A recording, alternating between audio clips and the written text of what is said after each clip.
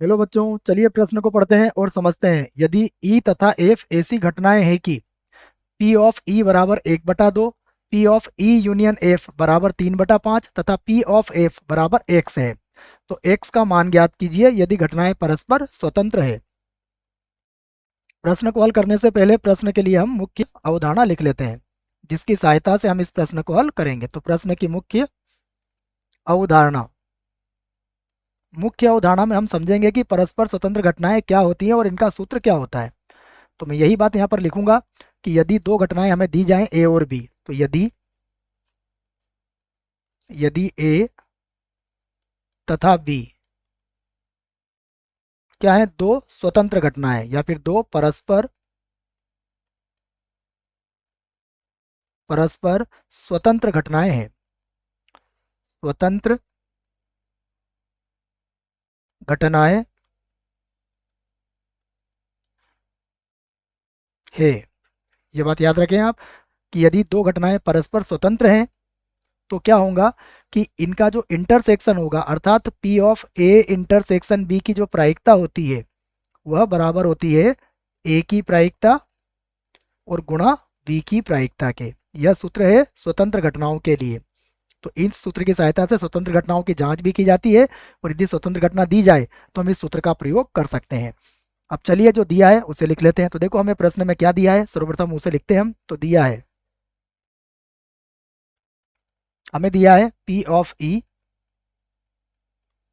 बराबर होता है, बराबर दिया हुआ है 1/2 के। उसके बाद P of E union F, इसका मान दिया हुआ है 3/5। और एक और मान दिया है पी ऑफ ई, अर्थात सॉरी पी ऑफ एफ, ई नहीं एफ। तो एफ की प्रायिकता कितनी है, एक्स हमें दी गई और हमें एक्स का ही मान ज्ञात करना है। तो अब हम यहाँ पर क्या करेंगे, प्रायिकता का एक मानक सूत्र लगाएंगे। तो हम लिखेंगे, हम जानते हैं, हम जानते हैं। देखिए प्रायिकता के लिए सूत्र होता है यदि दो घटनाएं हो तो देखिए हम जानते हैं सूत्र क्या है, P of A union B बराबर होता है P of A plus P of B और माइनस होता है P of A intersection B के। ये सूत्र होता है दो घटनाओं के लिए।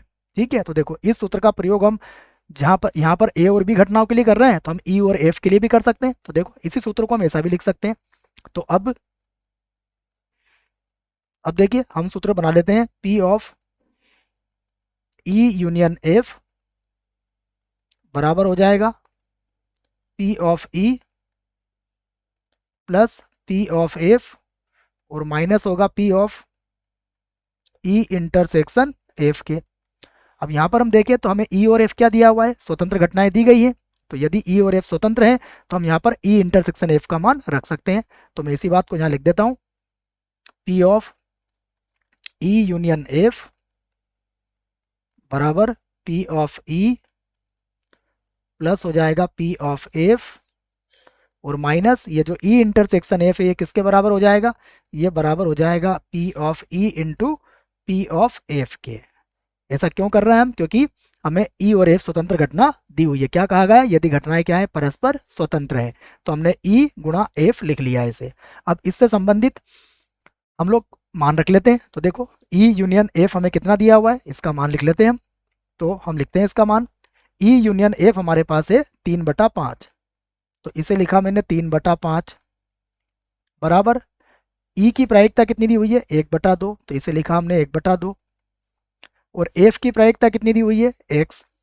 उसके बाद माइनस फिर ई की प्रायिकता कितनी है, 1/2 और उसके बाद इसका मान कितना हो जाएगा, एक्स। अब एक्स में से 1/2 एक्स को हम घटा सकते हैं। तो हम लिख देते हैं, देखो 3/5 वैसे ही लिख देंगे, 3/5 बराबर यह आ जाएगा 1/2 और उसके बाद प्लस देखिए एक्स में से 1/2 एक्स घटाएंगे आप लघुत्तम लेके तो क्या बचेगा, फिर से 1/2 एक्स बच जाएगा। तो प्लस का हो जाएगा 1/2 एक्स। अब यहां से क्या कीजिए, 1/2 को बराबर के उधर लाइए आप। तो 3/5 माइनस का हो जाएगा 1/2 और बराबर होगा 1/2 एक्स। देखो इसका लघुत्तम ले लेंगे हम, तो इसका लघुत्तम कितना आएगा, इसका लघुत्तम होगा 10, तो ये हो जाएगा 6 और ये हो जाएगा 1। यहाँ पर लिखेंगे 1/2 x। अब 6 में से 1 घटा दिया हमने, कितना बचा, यहाँ बचा हमारे पास 5, और बटे में कितना है 10 बराबर 1/2।